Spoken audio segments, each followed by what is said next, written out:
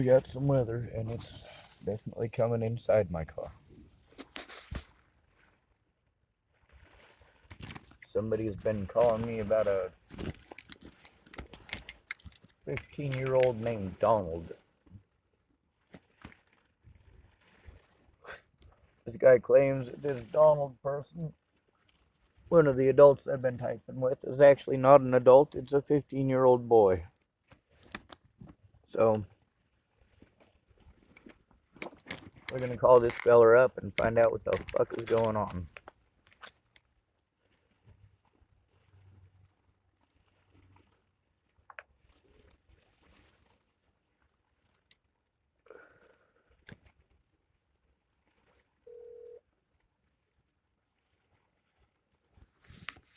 Your call has been forwarded to an automated voice messaging system.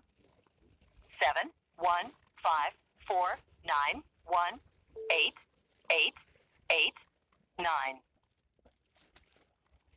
Hello? Hello, is this Sean? Yeah. Hey, Sean. My name's Cody. I just sent you a text message, and you sent me one back. Yeah. Like I said, I'm not real fond of children getting a hold of me. I have a YouTube channel because of the abuse that I endure. Yes, I understand that. I read the emails when my sister came to me and showed me them, and it doesn't seem like you knew he was a child. It seemed like he had told you many lies about his life and who he was. So we have no concerns with you. I was more concerned with what you were telling him was going on with you over what seems like, Sean, it's a duration of time. Yes, sir. There's a woman who is a friend of mine. I used to be the homeless liaison for Boho in Boulder, Colorado. Okay. And when I was the homeless liaison, one of my jobs was to make sure everybody was safe and basically to run off the kids. Well, many years later, a couple of those kids came back when they were adults and wanted to be friends, and that was at a point in my life right after I'd hurt my back, and literally all my friends had thrown me away because I couldn't perform free labor for them. Anyway, she was suicidal over abuse from her family, and she went to Virginia. And then while she was in Virginia, now mind you, she was an adult, she was not a child. Okay, yeah. Anyway, she had told me that if I wasn't already on the way to Virginia, this is after we'd already planned the trip, that she was going to kill herself. And I wasn't already on the way. And within a couple hours, she wrapped her car around a telephone pole.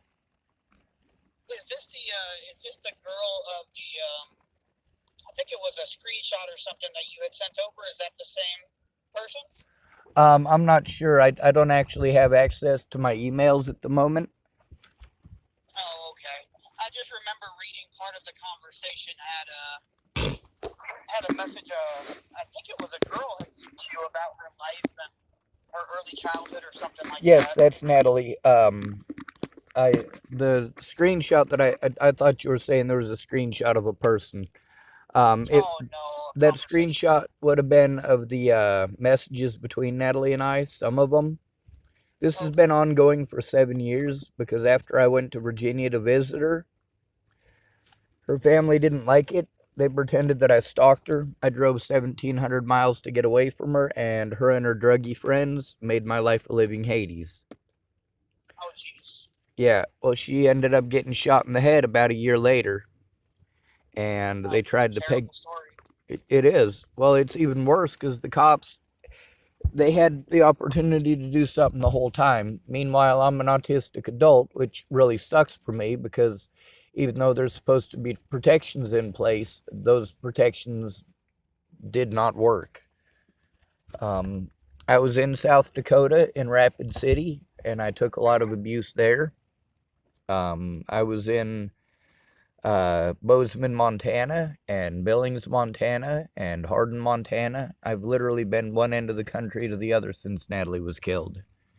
The guy who killed her is in prison, but the problem is that I'm abused everywhere I go. I can't get the police to do their jobs. They see me as an adult when it suits them, and then they see me as basically mentally retarded when it suits them.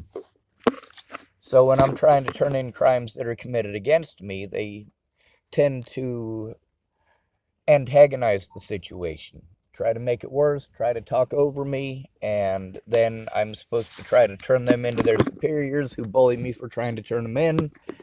And this is exactly the sort of situation that resulted in Natalie getting killed to begin with. Police didn't want to do their jobs, and neither did any of the services.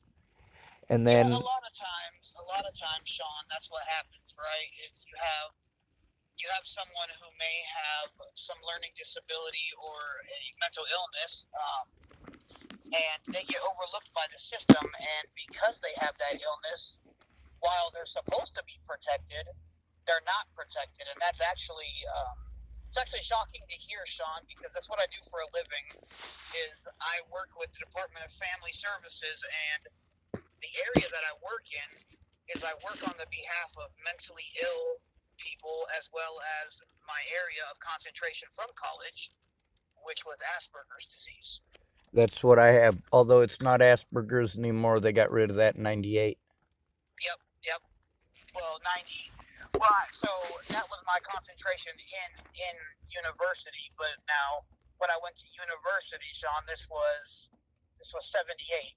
So so it was quite some time ago when they still did use that very readily. Yep. And then one of the things that I'm dealing with, though, is that most medical professionals are not professional anymore.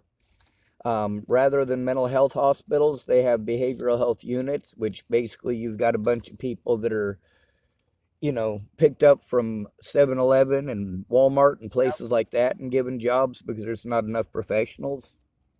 Yeah, that is terribly accurate, and it is so much more apparent that that happens in smaller areas. The area you're in, is that a pretty small area or is it pretty big? Tillamook, Oregon is about 5,000 people, so it's a big town if it was Nebraska, but we're not in Nebraska. For sure. Yeah, personally, me, I work out of Fargo, North Dakota, so that's pretty big. A town the size of about 5,000, Sean, is you're never going to find if you are someone who has any type of issue, whether it's a learning disability, a pre-established mental health concern, or even homelessness, because homelessness in its own right, I'm sure you know as well as I do that breeds a type of independent mental health concern of its own, where they almost have a mimicking mental health concern just because of what they live through. And in a small area like that, no one's ever going to get help with mental health, and that's a shame. And they really rely on the ability of these people to have someone to speak on their behalf, because in such a small town, Well, you're that's the not way it going is to. nationwide, too. I mean, it's not just in a small town. The fact is, because I have Asperger's, I will always need somebody to speak up for me because the term mentally ill is used in such a horrible way. If a mother loses a child, she's going to be depressed. Depression is the clinical diagnosis. Mentally ill is a blanket, it's a rubber That is stamp. that is that is 100% true. And yeah, mental illness it's very widespread, and it's a term that we have used, and over time, um, a lot of professionals in my industry, we have abused the concern to use it as almost a trash can terminology of if we don't want to deal with it, They or if might be someone doesn't want to schizophrenic deal with is what it. the courts see it as. That's the biggest issue that I've got is that I've been diagnosed, but not one of my diagnoses is mentally ill. My diagnoses are Okay. Tourette syndrome, ADHD, obsessive compulsive disorder, Asperger's. I mean, I've got a pretty long list, but also a lot of the stuff I was diagnosed with as a child when they can't even diagnose it. The other Oh, thing for is, sure. police officers cannot diagnose schizophrenia, but repeatedly, when I tried to turn in police officers who were abusing me, they took me to the hospital, told the hospital that I was schizophrenic, and the hospital just wrote it down. Yeah, no, you have to have to diagnose that. And that's what I said, but the problem is that the courts didn't want to hear that. Sure. Because with the diagnoses that you do have, right? There's already a predetermined notion and a ruling that with those type of diagnoses is very specific, not specifically ADHD, but very specifically autism. Any part of the spectrum, a court system is going to force you to have some type of guardianship or liaison that has to speak for you anytime that you want to report something. Yep, but I've been denied that areas, because they keep claiming, the courts claim that I'm not autistic unless it's something that is to their benefit, then I magically am, and they use the stereotypes of autism. Meanwhile, I was able to get a hold of the people from Disability Determination Services. I do have PTSD, and I do have, on their paperwork, it shows that I have a diagnosis of Asperger's. There's also what I got from Marcia Estrada in Nebraska, as well as Nicole Peralta in Nebraska, and both of those were my mental health specialists, and neither one of them wanted to call me schizophrenic or anything close to it. Okay, Sean, so I have to ask, have you, now you might have, and you probably have, because you seem quite knowledgeable about the system and about everything that goes on in it, but nonetheless, I'm going to ask, have you tried talking to the area social services?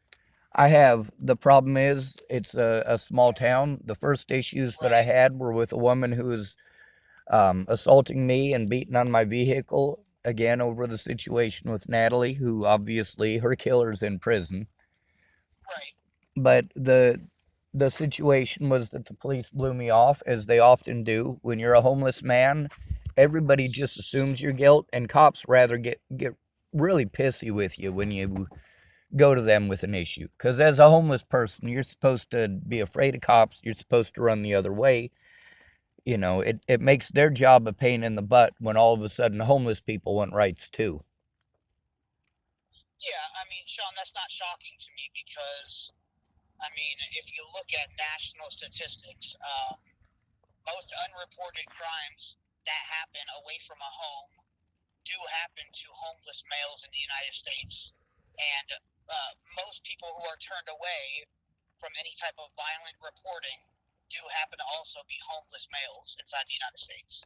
Yep, and that's what I've been trying to explain. I made a YouTube channel to try to explain that because people were harming me in real life. Oh, is that where the initial contact with my nephew happened? On a YouTube? Probably. Okay. That's the thing is, like, I have a YouTube channel, and it gives you the option: is it for kids, or no, it's not for kids? And I always click the option of no, it's not for kids. For sure. So yeah, it seems like you're going through a terrible situation, and so I mean, with my predicament, right? I don't have any legal standings with social services. You said you're in Tillamook. Isn't that Oregon? Yep, but Okay, it's so I don't also, have. go ahead. Yeah, I don't have any legal standings with Oregon as a social services worker, so me doing mandated reporting would not help. However, um, there are a lot of avenues that you can take that maybe you didn't know about because, well, you've dealt with the system and you know a lot about the system. They You lie may to not us about know. the system when we go to any of those services, especially if it's a coworker or a friend that we're trying to turn in. Even though the mandated reporter laws require them to do so, and to do so immediately, the fact is they're not going to. They don't want the reputation. They don't want to lose their job. They don't want to be known as a Correct. whistleblower. So that's Correct. So that's what I'm saying though, Sean, is that while you may know not a lot about the system, there are some little niches and little cracks in the system that you may not be aware of that are actually to your benefit, right? So while I can't act as a social services worker in the state of Oregon, I can act as a liaison on your behalf in communication with you, which is something I am willing to do Of course, I can't fly out to Oregon, but I can be in communication with you while you're on the phone. And I'll tell you the best bet that you have right now is, so I know you're in Tillamook, Oregon, and I know you can't leave. You know, you don't have the ability to leave. But the point is that you don't have to leave in order to go outside of Tillamook, right? And there's two options you have, as I was looking at it on my computer earlier today. And there's two bigger centers that you don't need to go to. You can do everything through communications, open communications through the phone. You don't need to use a computer. I can call them with you. And those two options are Salem as well as Portland. Now, Portland doesn't have a good reputation. However, Salem has a very good reputation when it comes to mandated reporting and acting on that reporting from homeless people, especially people who have some type of learning disability. And being that you're talking a Capitol building there, you don't need to deal with the police there or social services there. We can work through Salem, and they can force your small town to do something. That's totally what needs to be done because the police, just in this small town, it's been 16 months of being blown off by the police and being assaulted by others. I do have literally dozens of recordings of actual assaults against me, as well as the police blowing me off, dismissing me, and sending me to every other service. Now, let me ask you this, because you say you have a lot of evidence, right? Yes, sir. The first important question for you is, you had brought up assaults. These are physical, I would assume, as well, right? Yes, sir. Now, when it comes to those assaults, Sean, is that coming straight from the community, or have you experienced what you feel is undue assault from law enforcement as well? I have endured a lot of undue assault from law enforcement, but not in this state. Okay. All of this, like I said, it all started over Natalie Bollinger in Virginia and Colorado. It spread across to Nebraska. By the time she died, I was living in Colorado, and she was living in Colorado, and I had no idea she was there. Oh, okay. So here's what I'd like to do, Sean, is because you say you have a lot of evidence, right? Is that hard copy evidence or is that digital evidence? Both. I've got 15 bags of paper evidence in the back of my vehicle of not just the court proceedings and where they screwed up and broke the law, but also I've got electronic recordings, I've got audio recordings, I've got video recordings of assaults nationwide against the homeless, the disabled especially, anybody that they deem quote unquote mentally ill or crazy. Those are the people that the street people are going to beat on the most because, well, like one guy said, he said, we're all not crazy out here. And that's their justification for these assaults. Well, sure. And now when it comes to, so I hear what you're saying when it comes to violence and assaults, and then you're saying that you're trying to report it so you can stay safe. However, that the police have turned you away, right? Yes, sir. For the first 9 or 10 months that I was here, they just blew me off no matter what happened. And then I made enough calls that they really did get into some trouble, especially after Police Chief Ray Rao was arrested for stuff that I turned in. They were doing some stuff with the drugs in the evidence locker that were illegal and immoral. But after that, the cops started talking nice to me, but giving me the same BS and sending me around in the same circles. See, what they're supposed to do, because I'm an at-risk adult, is the police and social services are supposed to get together and work together immediately to do something about it. What happened instead is that the police pawned me off on all these other services and made me go by myself. And these services told me it's not their job, I got to go to the police, and they made me go by myself. So after like 9 months of that, I got sick of it. I was like, you know what? Here's the thing. I'm being assaulted frequently. A guy, he stalked me here from Hood River.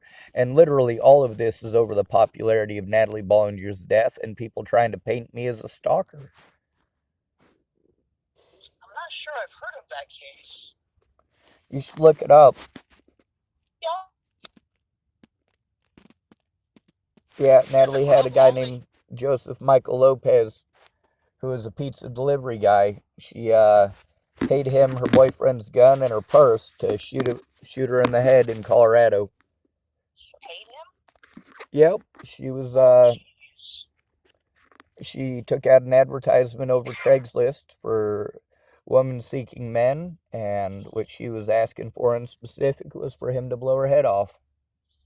Of course, it was Craigslist. Now, let me ask you this, Sean. How much? Now, I know you said you have a lot of paperwork and a lot of evidence. How much of that relates to just your localized area where you're at right now? All of it, because the abuse that I'm Oh, okay. enduring here is over all Mm-hmm. of that. All of that paperwork shows that I got railroaded in every court date, that the police did everything that they could to assist my predators in getting away. That instead of doing their job as police officers and mandated reporters, they sent me to mental health instead, which cost me nearly all of my disability money for a whole year before Natalie was killed. Oh, jeez. Afterwards, So they've what I been doing need the you to same do, thing. Sean, I need you to protect all that information as best as you can. I've been trying. That's the problem with people bashing my windows out. People have been assaulting me and smashing my windows out with rocks that are about as big as my head. Like, my life is in danger 24/7 because of the situation with Natalie. That So you have a includes, car then, right? I do, but it's broken because of the vandalism. Oh, okay, okay. So now, I guess my next question is: after you usually talk to a place like that, right? What, like for example, when you talk to Salem, more so when we talk to Salem, if you'll accept my help, I will. um, the They first never thing they're call me going to want back. to do, the They first thing, go ahead. what's up? They've Okay, never first called me thing, back, and I've had to, because of literally thousands of restricted calls in just a single yeah. day, I've literally had to turn off the ability to accept restricted calls, which Oh, means that I okay. can't accept any of their calls. But while I was accepting their calls, I couldn't tell them from any other restricted number of people calling me to tell me they're going to kill my sister and stuff like that. Oh, Jesus. So even though I've been dealing with this for 7 years, I didn't even find out how to turn off the restricted number calling thing until about a week ago. So, are you familiar, Sean, with the term temporary evacuation? Yes, sir. And we discussed that myself with several of the people that were supposed to be my caseworkers. Uh huh. Where you, it's also something I spoke with the 911 operators because they were trying to claim because I had moved locations to somewhere safe to call Yeah. that it was no longer an emergency and that I was safe because I had moved a couple of blocks. Well, so with an emergency temporary evacuation, this is what would happen. Because once you talk to Salem, um, of course, with my assistance, I would initially call people who I know are of positions in Salem, um, and of course, I would explain to them who I am and why I'm working with you, and then you'll have a chance to very briefly tell them, "Hey, I'm experiencing um, this type of action and this type of action. It's being basically masked by the police, so nothing's being done. I've been being railroaded. All this violence is happening, and they're doing nothing. One police chief has already been dismissed because of their cover-ups, and you don't want to go into too much detail because what's going to happen is they're going to evaluate that for this evacuation, right? And evacuation doesn't mean you leave your area forever, right? Because I don't want to. If you want to live in Tillamook, I don't want you to feel like you have to leave. You shouldn't have to leave an area that you want to be in. That's how I But what felt this, about Boulder, Colorado, and that was my home. I've had to move yep, every single time. I've been bullied into moving repeatedly. That's literally what it comes down to. The police and the oh, local okay, population bully me everywhere I go. They treat me like I'm a child molester and a rapist. And the thing is, I've never been charged with any sort of crime against a child. I've never been charged with any sex crime, and I've never been okay, charged with murder. for sure. So what this evacuation would do is every state inside the United States, it does not matter what their agency is called, what their agency guidelines are. they have a federal evacuation policy that these states have to obey according to federal law, right? And what this says is that wherever you're reporting to, if it's not inside your area, normally it is the capital city because that is the best place to get relief from smaller towns. It says that once they hear you out, if they evaluate that you're a good candidate for temporary emergency evacuation, then that state capital would then take you and they would come get you, right? The Department of Social Services would come get you and every belonging that you have. Usually they come with a van.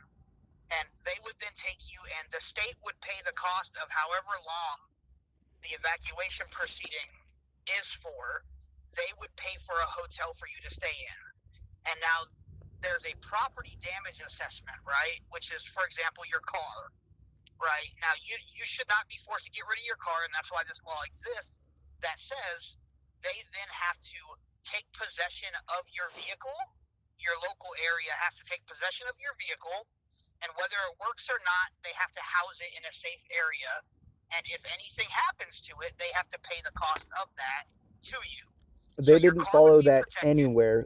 I've had my vehicle impounded more than once because I was trying to turn in crimes committed against me.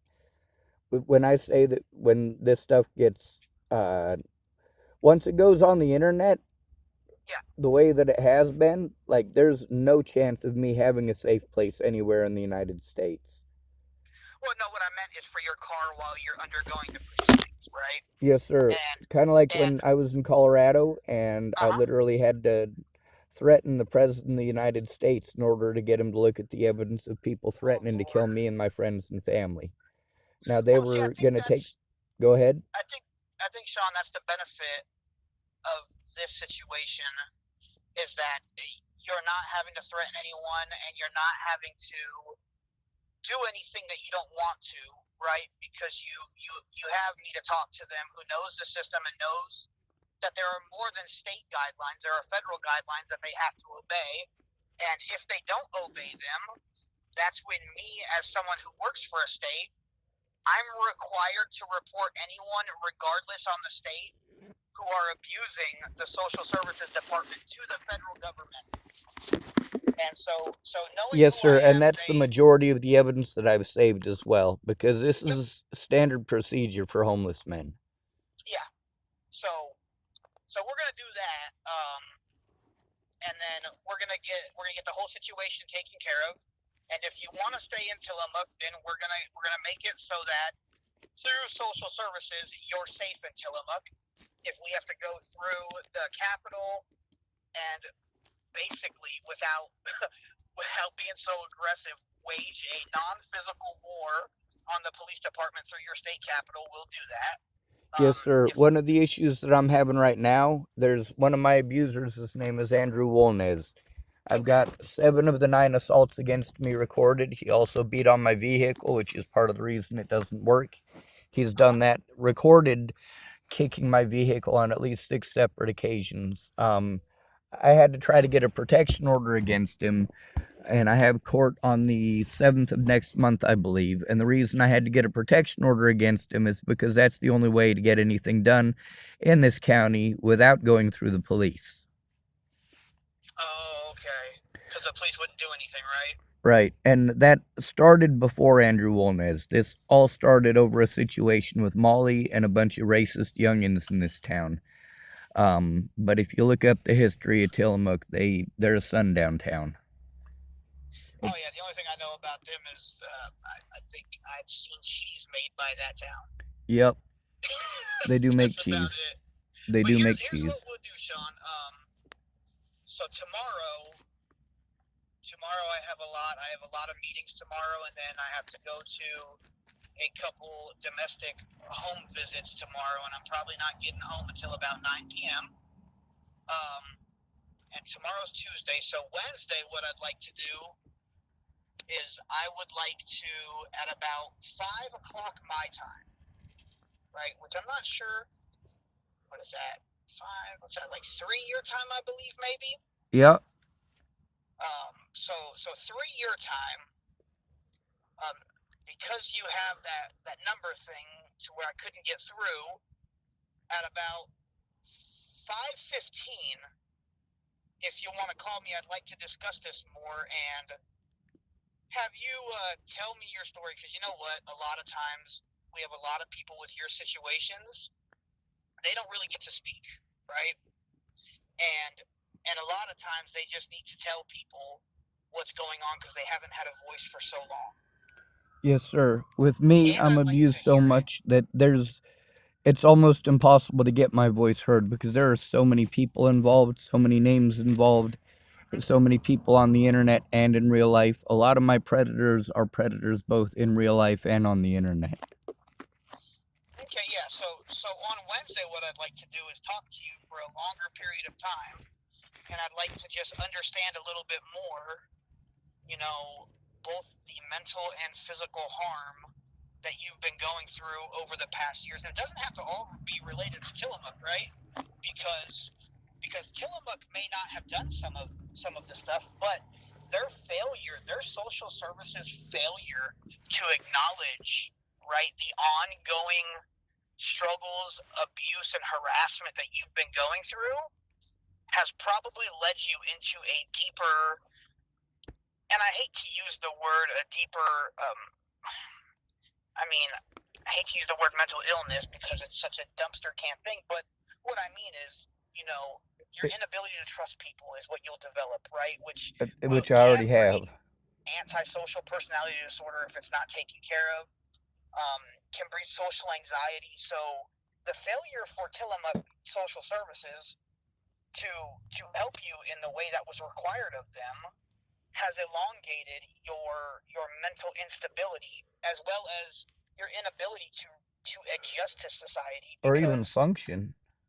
well, absolutely correct. Because if I came to you today as a social service, and this is usually where I go with people that come to us, if I come to you and say, hey, if I get you, help you fill out for a low-income apartment and get you an apartment and get you some furniture, are you able to, if someone comes in and helps you adjust, are you able to put yourself back into society, right? And that's the path that people want to take with people under your situation. But the I way was you've in been housing. mistreated, Sorry, go ahead.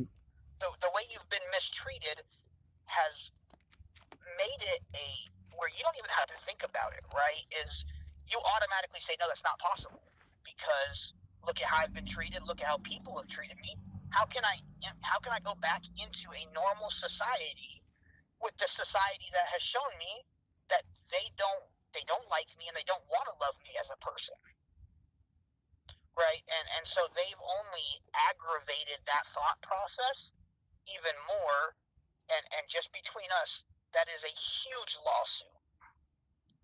Now you might not be interested in a lawsuit. You may, I don't know. Well, You the may discuss lawsuit that with against your Boulder, state. Colorado, all of that, the thing is that I could have had a major lawsuit in Colorado. One of the officers who assaulted me, they had to pay out $3.2 million over him. The problem is that because of people trying to paint me as a psycho stalker murderer type of person, I didn't have the support that they did. There's also the fact that the Oh friends and yeah. family that I had, like, sure, they said that they cared, but the moment police came knocking on their door to scare the shit out of them, because they were trying to, basically, they were trying to peg me for Natalie's murder.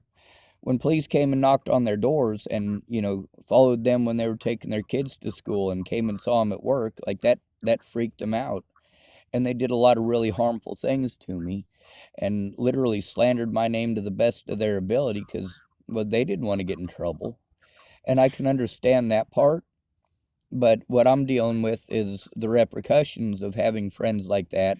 And then I'm being told it's my fault because, I get to choose my friends and, if I'd have chosen better friends and so on and so on. But the reality is, out on the street, you got to accept whoever's going to accept you. Sure, the guy might be strung out on drugs, but he's also preventing people from beating your ass. Pardon my French. Oh, for sure. So yeah, let's do that. So tomorrow I have a lot going on at work. I apologize for that. Wednesday, I do want to have another conversation with you, a longer conversation where we can go over all that and find out, what you see the perfect help being. the situation is. And then also what I'm going to do is I'm going to go into our computers at work, and I'm going to look up some federal laws that pertain to Oregon and find out what legal moves you have to protect yourself in that state. I don't have any without an advocate or a guardian, which I was supposed to have as soon as I got disability, and I was supposed to have disability as soon as I turned 18, but I didn't get it until I was 36. Right. So that's basically what we're going to do, right? Is I'm going to be a temporary liaison for you as someone who we're just going to say someone who knows you and knows your situation and your needs, right?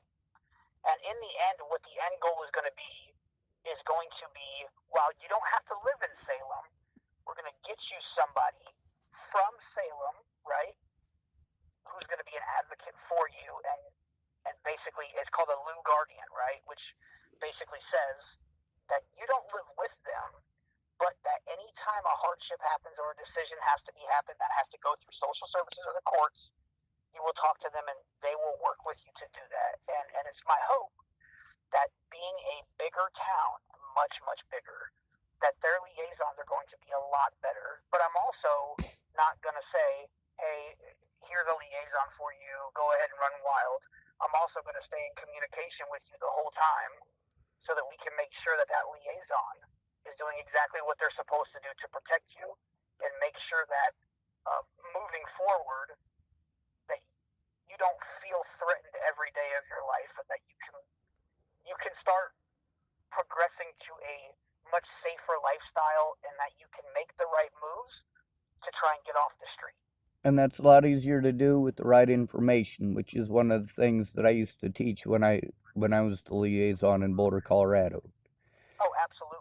The number one issue that people have when it comes to helping another person is you have to actually listen to the other person with the intent of understanding, and they will cue you when it's okay to make a move or to make suggestions. Whereas most people, they just want to talk over the victim with suggestion after suggestion. Well, have you tried this? Have you tried that? And in many of those cases, especially here when they're saying, have you tried TFCC or have you tried CARE? These are two of the agencies that I went to begin with that didn't want to do it. Oh, okay. So the ideal situation, and this is why it's so dangerous, right? Of people who are just online people or people from the street who say, "Hey, I got an idea. How about you try this?" Because what it really does is it's counterintuitive, right? And it makes the person, which is you, feel like, "Hey, have you listened to anything I've said?" Exactly. Clearly, you're not understanding. And that's why it's so dangerous for those people to get involved, because the ideal situation is, hey, what's going on? You tell me what's going on. Me tell you, have you tried this? And you say, yes, I've tried this. Cool, we move on. And when I notice that you've tried so many things, Sean, the ideal question is not, why don't you leave somewhere or why don't you do something? The ideal is, okay, Sean, what do you think would be the best course of action to help you? What is your end goal? What are you trying to accomplish? I'm trying to show that I told the truth so that the resources that were taken from me I can have back. Right. Well, that's what people should be asking. I have no autonomy. I literally just jump through hoops that I'm told to by the services here. And the same thing happened in Colorado, Nebraska, Virginia, Wyoming. Like, literally, since Natalie was killed, I've literally had to move through all but 11 states. Yeah, that's a shame. That should never happen to anybody. Well, lucky for me, most of those states I was just on a bus through. But the thing is, the Bollinger family, they took part in so many atrocities through this, as well as their friends on the internet, and police helped them every step of the way to get away with it. As far as my safety and the safety of my evidence goes, I've been explaining that, that's what mandated reporters are supposed to do. They're supposed to make sure that myself and the preservation of my evidence are the most important things. And I've gone through this with a lot of people in Boulder, Colorado, primarily women. The reason for that is because people are more likely to listen to women. Oh, absolutely. Now, they supposed to, now every social services has a lockbox, okay? And what they're supposed to do is they're supposed to take your statement right away. They're Yep. supposed to go same day to where you live as a homeless person, since that's your circumstance, assess your circumstance, and then Yep. any evidence you may have, they're supposed to take that with you present to a lockbox, and they're supposed to lock away your evidence I as well as your statement. I have evidence that not only did they not follow those proceedings, but I had to ask them repeatedly to and let them know that I was informed of the law and what they're supposed to do. They always had some cockamamie excuse not to, but I did record those things. I have probably 8,000 audio recordings altogether, making one call after another. Yeah, and by the way, a lot of these smaller towns agencies will try and tell you, well, that's not our policy here, or this is how we do this here, or they'll say something like their You famous don't get to one. make a written report. You tell us what happened, and we'll decide if it's illegal. Well, yeah, so a famous one that these small towns will use is they will tell you, oh, well, my life's goal is to help people and this and that, and this is just the way we have to do it. Yep. I dealt with that just last week with a guy here named Jim. Yeah, and that is completely inaccurate. By the way, this lockbox rule and this protection of information is a federal mandate, not a state mandate. So this is something that every single state is mandated to do by the federal government. And that's something I speak out about too. And that's also one of the things that I keep reminding them. And then they keep pretending that because I know that obviously I'm not retarded. And since I'm not retarded, it doesn't apply.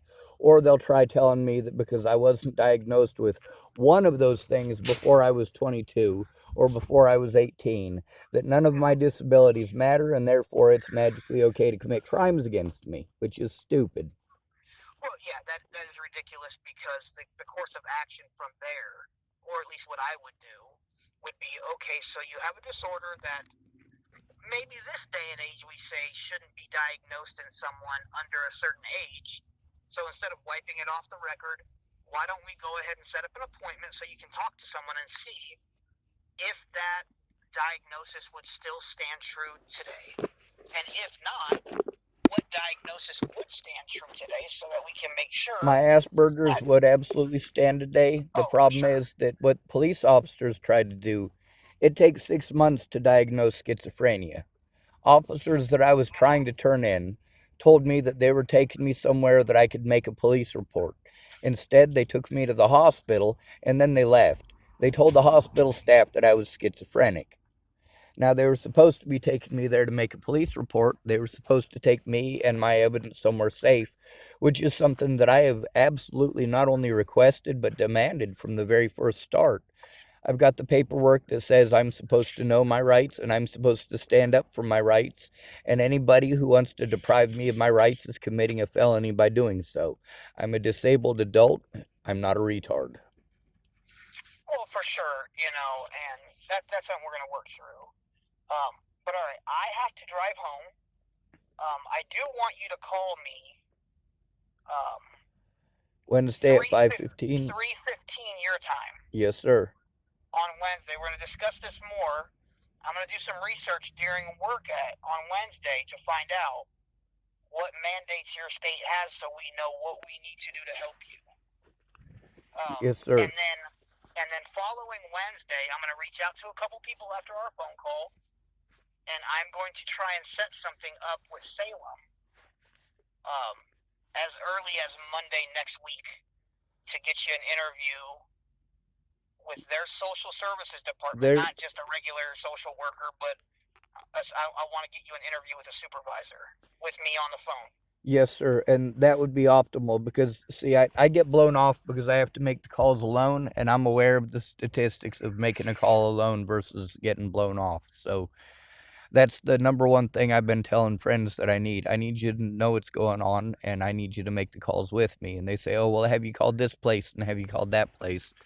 Another thing that they tend to do is they'll give me the phone number to a place that I've already called, and Then they'll change the name just a little bit, like TFCC. They'll send me back to TFCC, and they'll say, "Oh, well, this is the crisis intervention unit." Well, it's not a crisis intervention unit. All they care about is if I want to hurt myself or others. And the fact is, with all of these places, I have to tell them, "Hey, this is not about me hurting myself. It's about other people hurting me." They don't take it seriously. They don't take my safety risks seriously, and they refuse to look at evidence, or they force me to do it in a way that literally doesn't work. Myself and over a dozen people have attempted to try to make police reports online, which is the only way that they'll allow us to do it. And that they only do that because they know I have limited internet to do that, you know? Yeah, absolutely. So let's plan for that. Yes, Wednesday sir. we'll have another conversation. Thursday I'm going to make a couple phone calls after we talk, and then I'm going to try and get you an interview with the supervisor out in Salem over the phone with me Yes, as sir. early as Monday. The And thing, with any hope, get temporary evacuation next week that will preserve your evidence and what's left of it. also get you in a safe place while you're going through the various interviews that's going to start the progress of making those formal complaints against Tillicum. And they're going to want you, now they'll bring you back to Tillicum if you want to after it's done, but they'll want you in a hotel that they'll pay for Yes, sir. in Salem, that because what their fear will initially be, that I know I can tell you this, is that if you start the proceedings while you still live in Tillicum, that some type of violence will come to you. It already has, and there's plenty of evidence of that. So that's absolutely right. But they should have done that in Colorado before violence came to me there. They should have investigated the violence there. They do this literally everywhere I move to.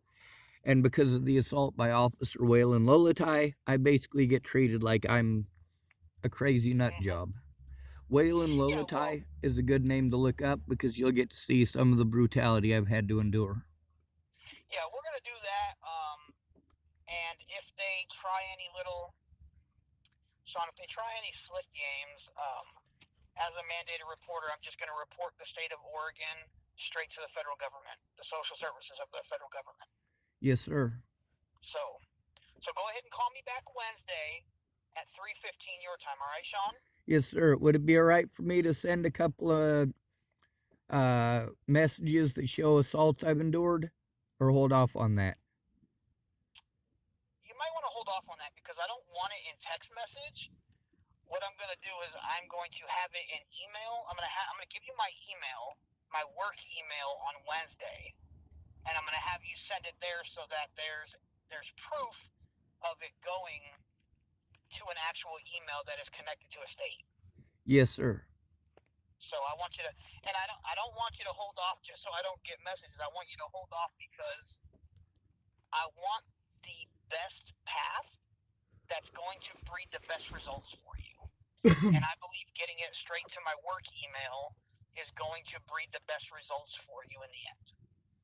Yes, sir. Also, thank you for giving me the heads up on the youngins. I really do try to keep it. I don't try to keep my channel clean. I just try to keep the kids off of it. Oh yeah. Like I told you, I read the emails, and to me, all it seemed like is that you were undergoing a tough situation. You were desperate for help, and that my nephew had lied to you, and you had believed that he was of age. So Sean, I have no worries there at all.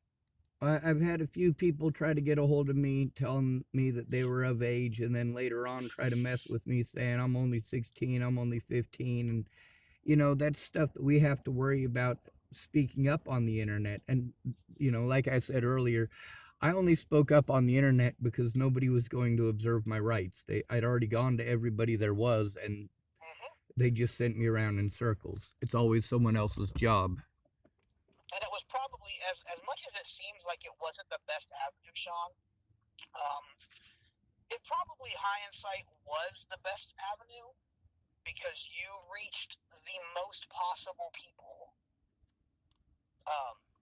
because it's more than just your state. You have viewers that while they may not have helped you, right?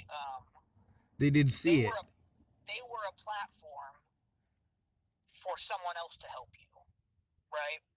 And it is also very healthy for, I will say this, it's very healthy for you to keep making videos, right? Because as a homeless man who is under threat of assault, you tend to not make a lot of friendships, and that's a great way, even if you're just talking about the bad stuff that's happening and asking for help.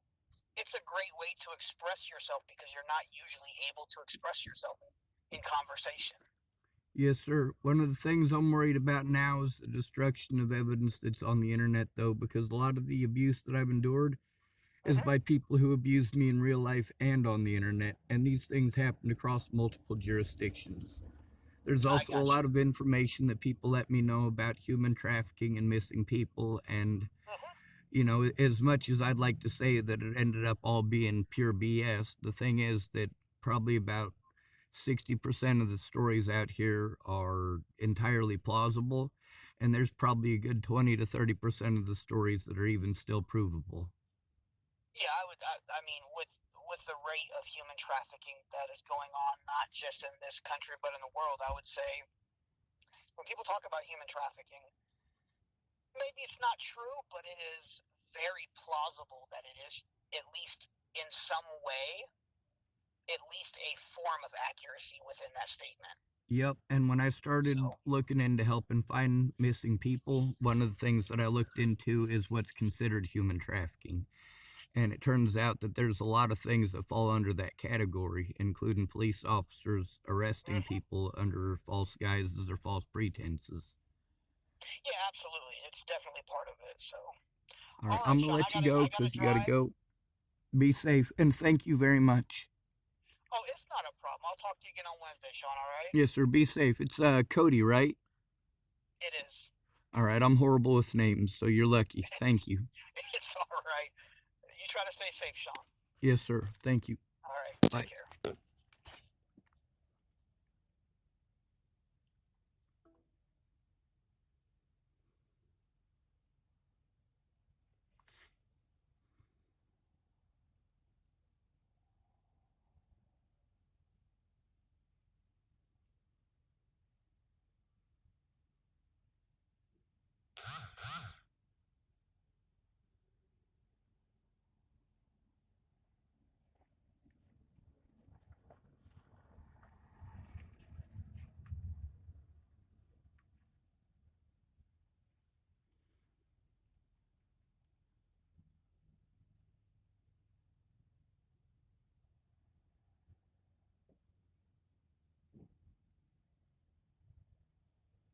Mm.